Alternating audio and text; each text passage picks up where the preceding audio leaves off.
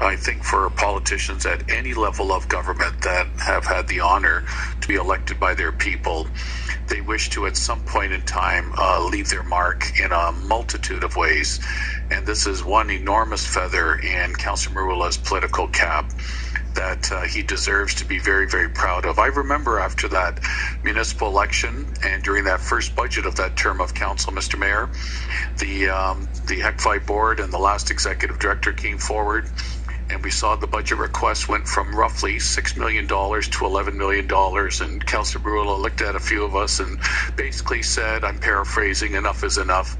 And that's how we embarked on his initiative to do an entire review and see what we could do to do some form of a private-public partnership, unofficially, but to the point where the private sector would infuse millions of dollars into the facilities. We started with the convention center and then expanded, of course, to Hamilton Place and formerly COPS and now First Ontario Centre Arena, and maintain ownership. Now, this is key, Mr. Mayor. Like the airport of 25 years ago, when it used to be run in the regional days by a little subcommittee of the regional council at that time, the old Mount Hope Airport.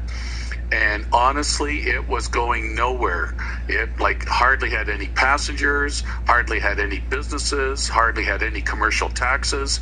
It was just in a state of paralysis. Entering into the private-public partnership with Tradeport, again with ownership maintained by the taxpayers of the city of Hamilton, it's been an enormous success. Revenue generation, businesses that have flourished.